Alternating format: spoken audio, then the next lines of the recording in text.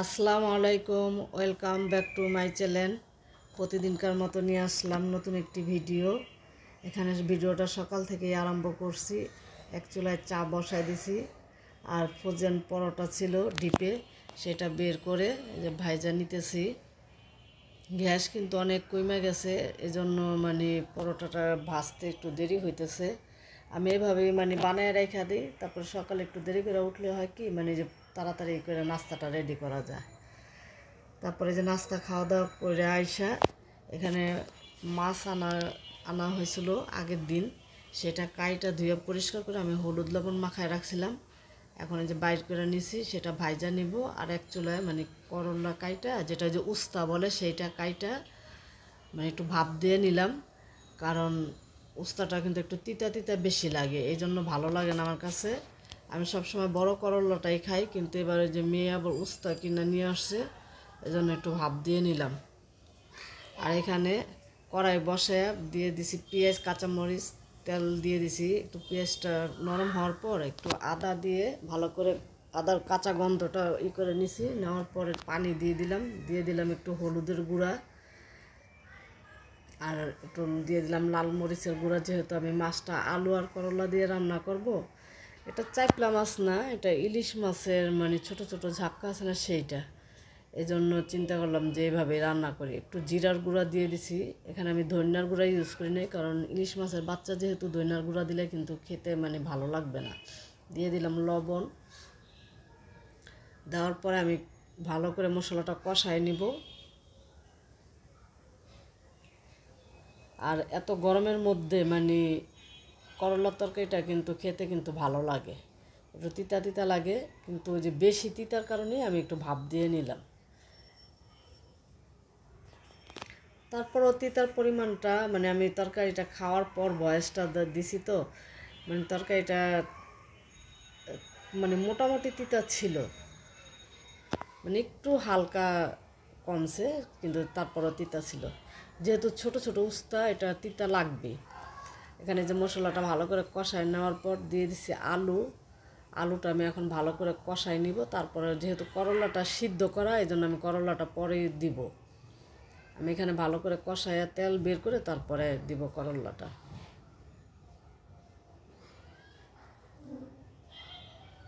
আমি আবার কষানোর মধ্যেই 80% সিদ্ধ করে ফেলাই।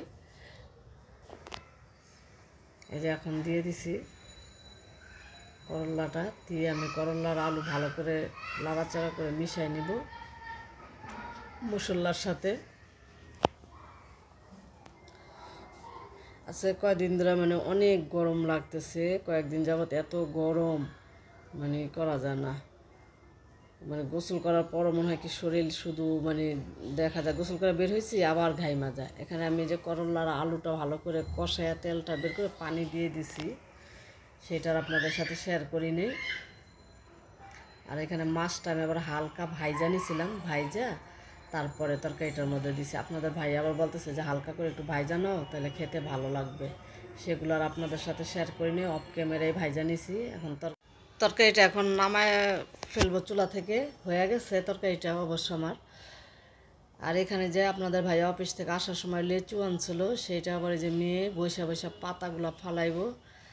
আমি বলছি তুমি যা খাও আর ফ্রিজে রাখো, পরে খাওয়া যাবে না। লেচুগুলো মাশাল্লাহ বড়ই, এবার এই প্রথম লেচু আনা হলো ঘরে, এর আগে আর আনা হয় নাই। লিচু খাওয়া দাওয়া করার পরে একটু আমরা আবার মেয়েরা বাহিরে গেলাম। অনেক রাতই হয়ে গেছে, এখন প্রায় 8টার মতো বাজে। 8টা না, সম্ভবত 7:30, 8টা বাজে। এই সময় আমরা মেয়েরা বাইরে গেছিলাম, একটু মার্কেটে গেছি, একটু কাজ ছিল, এই জন্য অল্প কিছু কাজ, এই জন্যই এত রাত্রে বাইরে গেলাম। এখানে যে আমরা নিউ মার্কেট আসছি, সংসারের টুকিটাকি কিছু কেনাকাটা করবো এই জন্য। আর মেয়েরও সবসময় পরার জন্য একজোড়া জুতা লাগবে, বাহিরে থেকে নিব চিন্তা ভাবনা করছি। কারণ স্টোরের জুতা আছে, এখন বাইরে যাওয়ার জুতা আছে, এমনি সবসময় পরার জন্য জুতার জন্য আসছি। তো চিন্তা করলাম সামনে ঈদ যেহেতু, তাই চলো এখন এই যাই। রাত্রেবেলা একটু ভিড়ও মনে হয় কম হবে, এই জন্য আসলাম। আইসা দেখে আসলেও মার্কেটে তেমন একটা ভিড় নাই। তো এখানে আসার পরে আমি আবার একটু মানে লাকেজের দোকানের কাছে যাইতেছি, কারণ আমার ওই লাকেজটা ওই মানে চেনটা নষ্ট হয়ে গেছে, সেটার ব্যাপারে একটু কথা বললাম। কথা বলে আইসা আবার মেয়ের জন্য জুতা দেখতেছি। এখানে মানে 2 জোড়া জুতা নিব, একটা জাহিনার আম্মুর জন্য আর একটা মাসফির জন্য। এই জন্য যে মানে মাসফিরটা হলো সাদাটা মাসফির, আর ওই যে কালো যেটা ওইটা জাহিনার আম্মুর জন্য নিলাম। এগুলো কী হয় মানে সবসময় ইউজ করা দেখা যায় 5-6 মাস এভাবে পরা যায়, এই জন্য বাইরের থেকে নিয়ে নিলাম। আর এখানে মাসফির জন্য রাত্রে পরার জন্য একটা গেঞ্জি নিলাম, মানে যে টি শার্ট সেগুলো নিলাম। যেই গরম পড়ছে, গরমের মধ্যে টি শার্টগুলো পরলে কি মানে রাত্রে শুইতে মানে একটু আরাম লাগে, এই জন্য।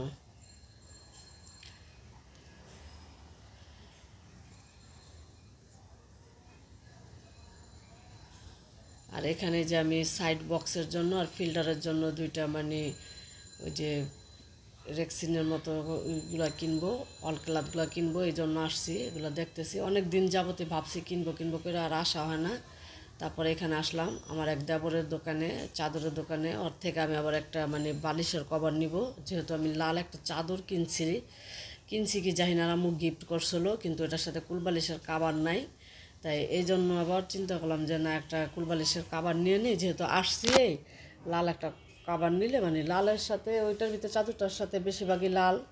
তাই এখানে আসলাম আর বললাম যে ভাই আমার একটা লাল দাও, কুলবালিশের কভার দাও। আবার অনেকগুলা বের করছে, বের করার পরে আমি আবার ওইখান থেকে বললাম যে এতগুলো খোলার দরকার নেই, 2টা খুলো যেটা ভালো লাগে।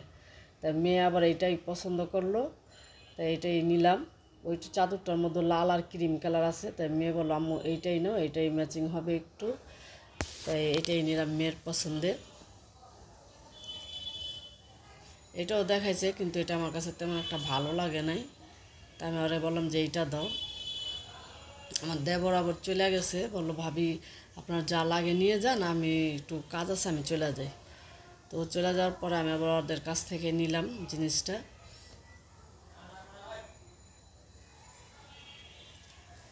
মানে টুকিটাকি কেনাকাটা করতে মানে দেখা যায় যে এই আজ যাব কাল যাব এমন করে আর যাওয়া হয় না। তা আজকে চিন্তা করলাম যে না, আজকে রেট কেনাকাটাটা শেষ করে ফেলাই।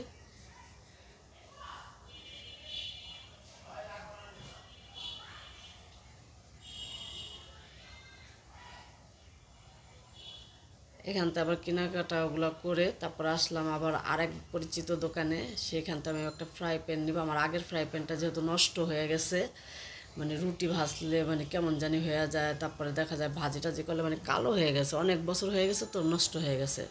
তাই এখন আমি 2টা ফ্রাই প্যানই দেখতেছি। এটা একটু ছোটো সাইজ, যেটা সাদা দেখতেছেন এটা ছোট সাইজটা 24 cm, আর যে ওই খয়েরি যেটা ওইটা হইলো আবার 26 cm-এর। আমি চিন্তা করতেছি কোনটা নিব, এই জন্যই ভালো করে একটু দেখলাম যে কোনটা নিব।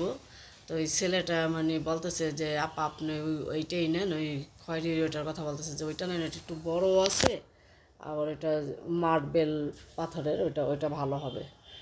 এখন বসে বসে একটু ডিসিশন নিতেছি যে কোনটা কি করব, চিন্তা করতেছি যে এইটা নিব না ওইটা নিব। তা আরেকটা দেখছিলাম কালো কিয়ামের, ওইটাও আমার কাছে ভালো লাগছে। এইটা আর ওই খয়েরিটা একই সাইজ, কিন্তু ছেলেটা বললো যে ওই খয়েরিটাই নেন, ওইটা আপু আপনি মানে কারেন্টের চুলাও ব্যবহার করতে পারবেন, এমনিও ব্যবহার করতে পারবেন, আর যেহেতু আপনি নিবেনই তাই এইটা নেন। এগুলো তো আগের মডেল। আমাকে তফাতটা বুঝাইতেছে যে কি কি। আমি আবার জিজ্ঞেস করলাম মানে এটা আর এটার মধ্যে তফাত কি, তাই ও আবার আমার বুঝাই দিতেছে সুন্দরভাবে। তা লাস্টে ডিসিশন হলো এটাই নিব, এই যে এটাই নিছি। কমেন্টের মাধ্যমে জানেন মানে ফ্রাই প্যানটা কেমন হলো।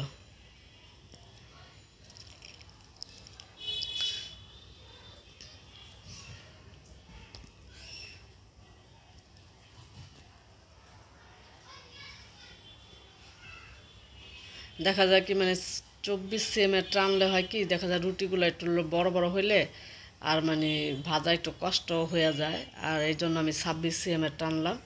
এখানে আবার কেনাকাটা শেষ করে আসার সময় মেয়ে আবার বলতেছে আম্মু এই মামার থেকে স্কুল লাইফে অনেক পেয়ারা ভর্তা খাইছি, এখন একটু পেয়ারা ভর্তা খাবো। তা আমি ভাবলাম যে একটু ভিডিওটা নেই। তাই ওখানে দাঁড়ায় ওনার সাথে কথা বলতেছে যে মামা আপনাকে তো অনেক দিন যাবৎ দেখি না, এই জন্য লোকটা অনেক ভালো। মাসপিকেও বলতেছে যে হ্যাঁ ঠিকই, আমি অনেক দিন যাবৎ যাই না স্কুলের কাছে, তুমি যদি আমার পেয়ারা ভর্তা খাইতে চাও তাহলে আজিমপুর লিটল অ্যাঞ্জেলের সামনে এসো, ওইখানে আমি বসি মাঝে মাঝে। তাই যেহেতু আমার বাড়ি আজিমপুরে, তাই এই জন্য মামা আবার বললো যে তোমরা কোথায় থাকো মামা। মাসপিকে জিজ্ঞেস করে মাসপি আবার বললো যে আমরা আজিমপুর থাকি। বললো তাহলে আজিমপুর যদি থাকো তাহলে আমি লিটল অ্যাঞ্জেলের সামনে বসি, ওইখানে পেয়ারা নিয়ে বসি, তুমি ওইখানে আসতে পারো।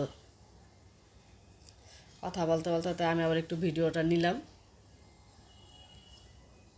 আর এখানে যে বাসায় আসার পরে ফ্রাই প্যানটা আবার ওই যে দেখতেছি লাইরা চেরা যে আসলে কি ঠকলাম কি না সেটা একটু করে দেখতেছি।